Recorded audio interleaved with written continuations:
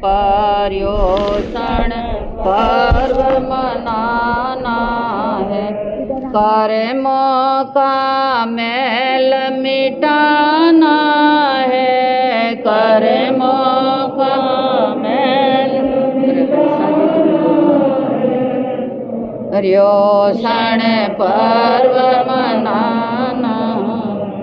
लो नियम भले ही तुम छोटा, लो नियम भले ही तुम छोटा। करना न कभी उसे खोटा, तन मन से उसे निभाना है, तन मन से उसे निभाना।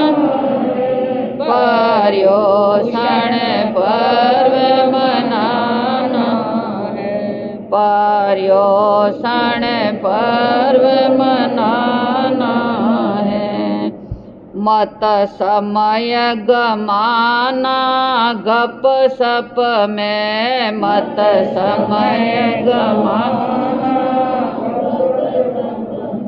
मन रमण करे सामायिक व्रत में, नित प्रवचन सुनने आना है, नित प्रवचन सुनने। पर्युषण पर्व मनाना। आठों दिन त्याग किया करो, आठों दिन त्याग किया करो। उपवास दया व्रत लिया करो, उपवास दया व्रत लिया करो।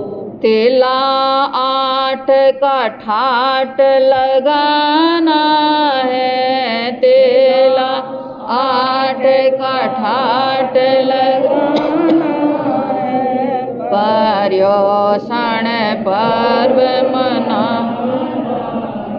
पछतावा पिछली भूलों पर, बोरे न बैठते सूलों पर।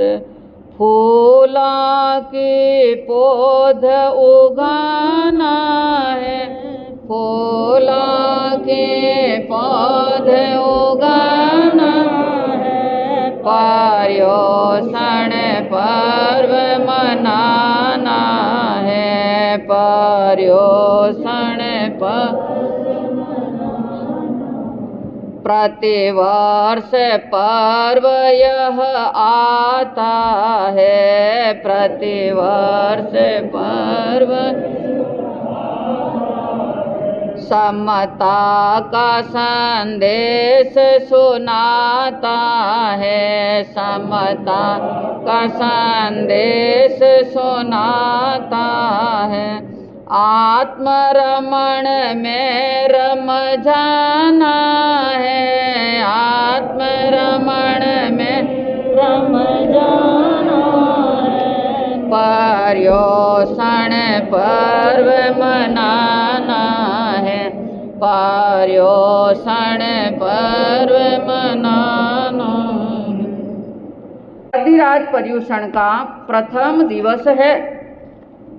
ये दिवस अहिंसा दिवस के रूप में मनाना। वैसे तो हमारे जीवन का मुख्य अंग है अहिंसा, प्रतिदिन अहिंसा का पालन करना। पर जो नहीं कर सकते हैं तो कम से कम आज के दिन तो उसका चिंतन कर ले। पर चिंतन कैसे किया जा सकता कि अहिंसा कैसे पालन की जा सकती? मन से, वचन से और कर्मणा से जो करना। मन से राग द्वेष का नहीं होना, ये भी एक अहिंसा है। किसी के लिए बुरा विचार नहीं करना, ये अहिंसा है। ये मानसिक अहिंसा हो गई है। और वचन से किसी को कटु शब्द नहीं बोलना, चुभती बात किसी को नहीं कहना। आप भी साधारण तौर पर बोलते हैं कि भाई चुभती बात किसी को मत कहो। यहाँ तक कि काणे को काना नहीं कहना, अंधे को अंधा नहीं, बहरे को बहरा नहीं। कितने अच्छे सिद्धांत भगवान ने दिए। आप साता पूछने की भावना से कोई व्यक्ति जाता है कि अमुक अमुक व्यक्ति के तकलीफ है, मैं जाकर के उनकी साता पूछ लूं, पर वाणी का उन पे संतुलन नहीं है। वो जाकर के कह दे, अरे भाई तेरी आंखें कब फूटी? क्या बोला? आंखें कब फूटी? तो अगला सोचेगा और कहेगा कि नहीं आता तो ये अच्छा था, साता तो नहीं पूछी पर मेरे मन में असाता जरूर पैदा कर गया है। तो यहाँ तक भगवान ने कहा कि वचन से भी अहिंसा का पालन कर लेना चाहिए। फिर काया की प्रवृत्ति भी ऐसी हो कि उससे भी अहिंसा का पालन करे। किसी भी प्राणी मात्र को अपनी काया से तकलीफ नहीं पहुंचाना, ये कायिक अहिंसा जो हो जाती है। कई बार जवान हो चाहे बूढ़े बुजुर्ग हो, कोई भी क्यों न हो, घर के अंदर आप बड़े हैं और घर में बहू आ गई, आप सब कुछ कर सकते हैं, घूमना फिरना सब हो रहा, पर मन में आ गया कि मैं सासू बन गई हूँ, अब बहू को उठ बंदर बैठ बंदर कराऊं, अरे ये काम कर, फिर बैठी कि अरे ये बैठ गई है तो अभी इसको उठने का कहूँ, ये बैठ गई है तो अभी तीसरा काम और बता दूँ। और बहू के मन में भी कई बार ऐसे विचार। ये कहने का तात्पर्य कि ये काया की हिंसा जो होती है इससे भी बचाव कर लेना चाहिए। आगमों में वर्णन आता है कि पद्मम नाणम तवो दया। आपने कई बार यह बात सुनी होगी कि पद्मम नाणम तवो दया। वसंत जी, प्रथम ज्ञान और फिर दया। बहनों, पहले ज्ञान और फिर दया। प्रमोद जी भी आज सभा में दिख रहे हैं, बड़ी अच्छी बात है, क्योंकि हमें यहाँ पर चतुर्मास प्रवेश किए कितने दिन हो गए, याद है ना? सभा में जो नहीं आ रहे वो भी आज आए हैं, इस बात की हमें प्रसन्नता है। और आगे के लिए संदेश है कि आप सभी धर्म स्थान में आए, जिन वाणी श्रवण करें, और साधु संत आए हैं तो आप अपना कर्तव्य कुछ समझ ले और अपने जीवन को धन्य बनाने का काम अवश्य कर ले। कर्तव्य समझता है वो भी इंसान श्रेष्ठ होता है। पद्मम नाणम तवो दया, प्रथम ज्ञान और फिर दया है। ज्ञान नहीं होगा तो दया का पालन नहीं कर पाएंगे। भगवान महावीर से गौतम ने एक प्रश्न किया। गौतम गणधर प्रथम शिष्य भगवान महावीर के हुए। भगवान महावीर कहते कर्मों का बंधन इसमें, कर्मों का बंधन इसमें, कर्मों का बंधन। तो गौतम स्वामी ने पूछा कि कहम चरे कहम चिट्ठे कहम मासे कहम सये कहम भुजंतो भाषंतो पाव कमम न बंधई। हे प्रभु, आप सब में कर्म बंधन बता रहे हैं, तो हम कैसे चले, कैसे उठे बरलोटा साहब, कैसे बैठे, कैसे खाए, कैसे पिए, तमाम कार्य हम किस प्रकार से करें? तो भगवान ने कहा कार्य तो सारे ही होते हैं, पर जयम चरे जयम चिट्ठे जयम मासे जयम सये जयम भुजंतो भाषंतो पाव कम्मम न बंधे। विवेक से चलो, विवेक से उठो, विवेक से बैठो, विवेक से खाओ, सब बात में विवेक रखना चाहिए, बोलने में, खाने में, पीने में, तो उसमें आपका कर्म बंधन कम हो जाएगा।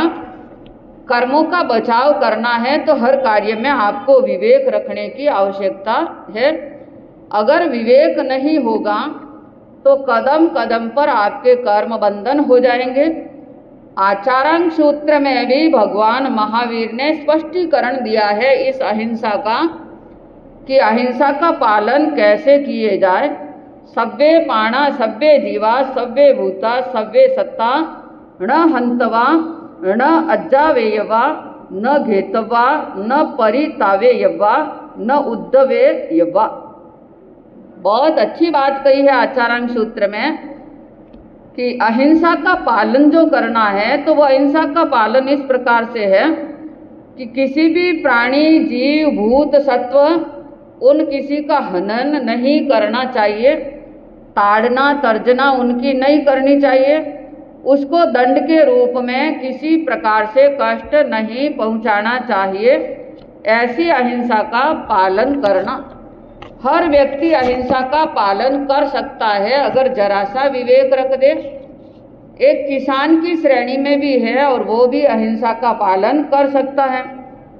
जैसे ही खेत में हल चला रहा है और कीड़ियों का कीड़ी नगरा सामने आ गया, उसने सोच लिया कि इतनी सी जगह छोड़ करके मैं हल चला दूं, तो वहाँ पर भी वो अहिंसा का पालन कर लेता है और उस अहिंसा दया माता की कृपा से उनके उपज में किसी भी प्रकार का कोई फर्क पड़ने वाला नहीं है, अपितु दया माता की कृपा से उपज और ज़्यादा ही होगी पर कम होने वाली नहीं है। व्यापार के समय में भी आप अहिंसा का पालन कर सकते हैं। सोच लीजिए, आप व्यापार जो कर रहे हैं और कोई ग्राहक आपके सामने आ गया है और उसको आप कोई सामान दिखा रहे हैं, कपड़ा दिखा रहे हैं, कोई वस्तु भी आप दिखा रहे हैं। ऐसे दिखाते समय अचानक काउंटर पर अगर कोई कीड़ी आ गई है, मकोड़ी आ गई है, उसको देख लिया और आपने उसको बचा दिया और उसके बाद में काम किया है, तो वहाँ पर भी आपके अहिंसा अणुव्रत का पालन हो सकता है। इसमें विवेक की आवश्यकता है। ऐसे जीवों की दया की पालना कर देना, तो वहाँ अहिंसा का पालन पूर्ण रूप से हो सकता। ऐसी अहिंसा का पालन किया था, उत्कृष्ट अहिंसा का किसने किया? स्व और पर दया दोनों पालन किया। भगवान अरिष्ट नेमिनाथ जी जो हुए, उन्होंने पहले पर दया का पालन किया। जब बारात लेकर के पहुँचे और पशुओं की करुणा क्रंदन सुनी, ये करुणा क्रंदन सुनते हुए मन एकदम द्रवित हो उठा कि अरे, ये शादी के पहले ही बर्बादी का काम हो रहा है, मेरी आत्मा का नुकसान ये जो हो रहा है। अनगिनत पंचेंद्रिय प्राणी जो है, इनको बंद करके रखा है, इनका वध कर लिया जाएगा। ये प्रीति भोज की तैयारी जो हो रही है, ये सारे चिंतन उनके दिमाग में चला और सारथी को आदेश दे दिया कि जाओ, इसी समय तुम जाकर के इन सबको बंधन से मुक्त कर दो और ये द्वार बंद है वो खोल दो, वो अपनी अपनी गति में चले जाएंगे। सारथी इस बात को सुनता है क्योंकि उस समय के अनुकूल ये आदेश नहीं था। वो एकदम हक्का बक्का हो जाता है कि ये कार्य मैं कैसे करूं, पर आखिर इतनी महान आत्मा का आदेश है तो उसका उल्लंघन भी नहीं कर सकते। उसने उस बाड़े का दरवाजा खोल दिया और सभी प्राणियों को बंधनों से मुक्त कर दिया। सारे पशु प्रसन्न चित्त होकर के अपनी अपना रास्ता जहाँ जहाँ मिल रहा है वन की ओर भागते जा रहे हैं कि उन्हें प्राण दान मिल गया। अभय दान का काम यह किया, क्योंकि सारे दानों में श्रेष्ठ दान ये अभय दान का काम कर दिया। इसके उपरांत उन्होंने न तो शादी की और वापस सारथी को आदेश दे दिया कि तुम रथ यहाँ से वापस लौटा दो, मुझे शादी नहीं करनी है। ऐसा आदेश मिलते ही वो रथ वापस लौट गया और संयम ग्रहण करने का निश्चय जिन्होंने जो कर लिया, वर्षी दान दिया और संयम जीवन में प्रवेश कर दिया। संयम जीवन में प्रवेश करके स्वदया का पालन कर रहे, राग और द्वेष की कड़ियों से दूर हो रहे, समभाव में रमण करते करते भगवान अरिष्ट नेमिनाथ बन गए और कर्मों से मुक्ति प्राप्त कर ली। यह है स्वदया। पहले पर दया में प्रवेश किया, निमित्त बना उस दया का पालन करके संयम जीवन में प्रवेश करना। और फिर स्वदया में वो चले गए, जीवन का निस्तार जो कर दिया। तो बंधुओं, ये दया हमारी माता है, दया ये भगवती है, और दया ये बड़ी साताकारी जो है कि जो दया का पालन करता है उसकी आत्मा में अनंत अनंत शांति प्राप्त हो सकती है। दया का पालन अवश्य रूप से अपने आध्यात्मिक चेतना को जागृत करने का प्रयास करते हैं। किसी भी प्रकार से अपने दिमाग में कोई तनाव नहीं, कोई टेंशन नहीं, बड़े शांत चित्त से हम ये त्योहार, ये पर्वाधिराज पर्वों का राजा पर्व पर्युषण हम मनाने का प्रयास करते हैं। बाकी त्योहारों में तो ये माताएं बहनें भी व्यस्त रहती हैं, कुछ पकवान बनाने हैं, भाई लोग भी मार्केट में शॉपिंग करने में व्यस्त हो जाते हैं, ये लाना, ये खरीदारी करना। लेकिन इस पर्व में, पर्युषणों में ऐसा कोई झंझट नहीं, बल्कि यही कहते त्याग करो। नए वस्त्र खरीदने का त्याग 8 दिनों में, जूते चप्पल पहनने का त्याग कर लो, बड़ी स्नान का त्याग कर लो। यानी कि टाइम भी बचाना है और टाइम को सार्थक भी करना है। भगवान ने यही कहा है, जाजा वच्चई रहनी नासा पड़िनितई धम्मम चे कुण मानस सफला जंती राइयो। यानी कि जो जो रात्रियां व्यतीत हो जाती हैं वो लौट कर आने वाली नहीं है। आएंगी क्या? नहीं आएगी ना। जो समय बीत गया वो वापिस लौट कर आने वाला नहीं है। लेकिन जो समय हमने साध लिया, धर्म आराधना में हमने व्यतीत कर लिया, वही हमारा समय सार्थक है। उसी को हम मानकर चलते हैं कि हमने अपना समय अच्छे ढंग से जिया। तो ये पर्वाधिराज पर्व पर्युषण 8 दिन के लोकोत्तर पर्व के रूप में हम मनाते हैं। पर्वाधिराज हैं, ये हमारी आत्मा अध्यात्म की ओर उन्मुख होने वाली है। विशुद्ध आध्यात्मिक पर्व, किसी प्रकार की भौतिकता की गंध इसमें अनुभव नहीं की जाती। अब दूसरा कारण है पर्वाधिराज पर्व पर्युषण मनाने का। आगम में वर्णन आया कि जम्बूद्वीप प्रज्ञप्ति के अनुसार जो काल चक्र में उत्सर्पणी काल का प्रथम आरा, जिसको दुष्मा कहा, इसका कालमान 21,000 वर्ष था। और इस काल में जो मनुष्य हैं वो बड़े क्रूर होते हैं, निर्मम होते हैं, और प्रकृति से संबंधित उनका दायित्व उनको पता नहीं होता, उसके विपरीत कार्य करने वाले। और ये जो मनुष्य हैं गंगा और सिंधु नदी के तट पर वैताढ़्य पर्वत के 72 बिलों में निवास करने वाले होते। और उस समय सूर्य की जो तपन है इतनी तेज होती है कि बोलते हैं कि आग उगलता हुआ सूर्य होता है।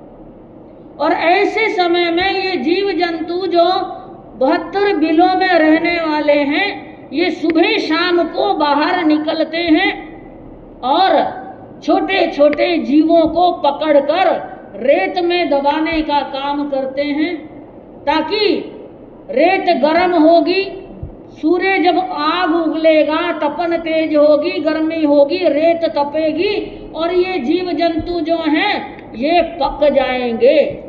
और सुबह शाम जब वो निकलते हैं बाहर, तो उन रेत में से ये जीव जंतुओं को निकाल कर उनका भक्षण करके अपनी क्षुधा की तृप्ति करते हैं।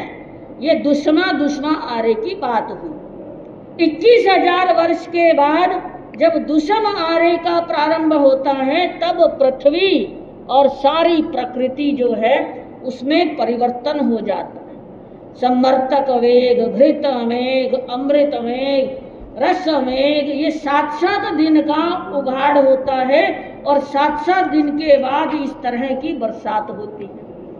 और उन 50 दिन में ये धरती भी अंकुरित हो जाती। धरती अंकुरित होने का मतलब है धरती पर भी हरियाली छा जाती। और जब ये जीव जंतु बाहर निकलते हैं तो उस समय का वातावरण देखकर मन प्रसन्न हो जाता है। हरियाली का वातावरण, उस प्रकृति का मनों पर भी प्रभाव पड़ता है।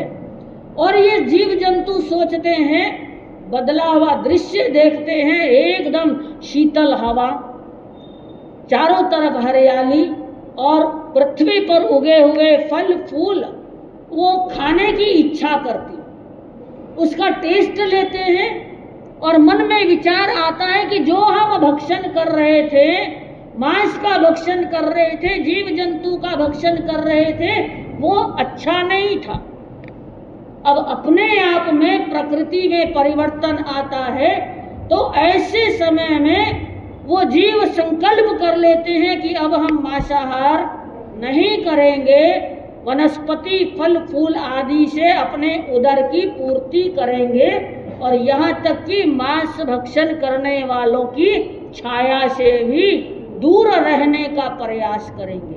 तो ये अहिंसा की कोमल भावना, प्रकृति में जो परिवर्तन आया, काल चक्र में जो परिवर्तन आया, उसके कारण से क्रूर वृत्ति का त्याग करके फिर अहिंसा की ओर उन्मुख होने का प्रयास किया जाता है। और ये अहिंसा जो है ये हमारा धर्म का प्रथम प्रवेश द्वार माना जाता है।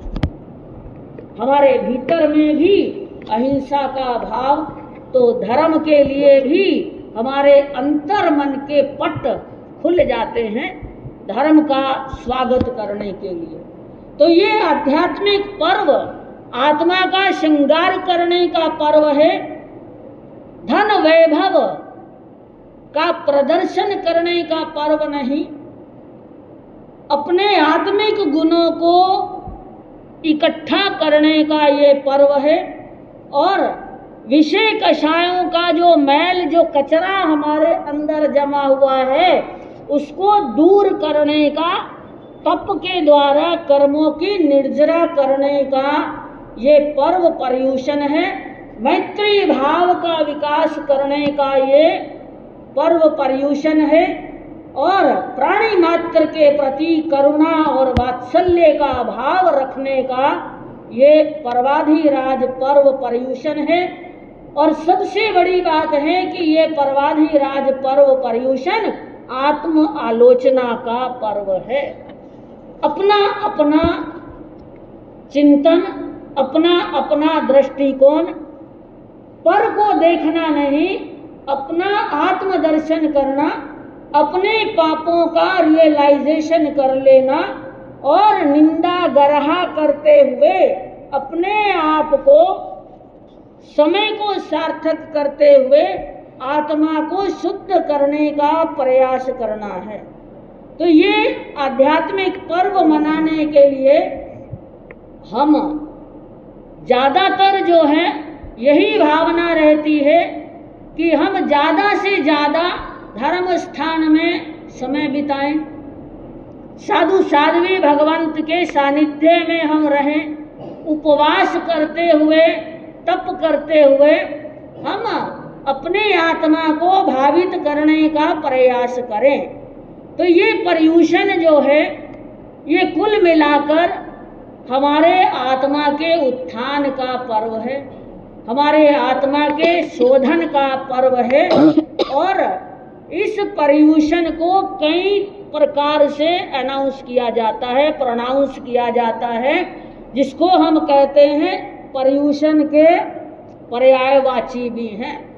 किसी ने पजूषण बोला, किसी ने पर्युषण बोला, किसी ने वासावास बोला, वर्षावास बोला, किसी ने जेठो अवगह बोला। ये सारे के सारे जो हैं ये कल्प सूत्र की टीकाओं में पर्यायवाची कहे गए हैं। और ये जो पर्युषण है, पहला जो पर्यायवाची इसका कहा गया पर्याय ठवना। पर्याय ठवना का मतलब है साधु साध्वी की दीक्षा काल से संबंधित है। कि जिसके संयम जीवन में जितने पर्यूषण कर लिए उतना उसका संयम पर्याय उतने वर्ष का मान के चलते हैं। चाहे वो दीक्षा कभी भी हुई हो वर्ष में, फागुन महीने में हुई हो या पर्यूषणों के बाद हुई हो, कार्तिक के बाद हुई हो, लेकिन जितने पर्यूषण मनाए गए उससे उसका काउंट हो जाता है कि ये इतने वर्ष का संयमी, इतने काल का ये दीक्षित है।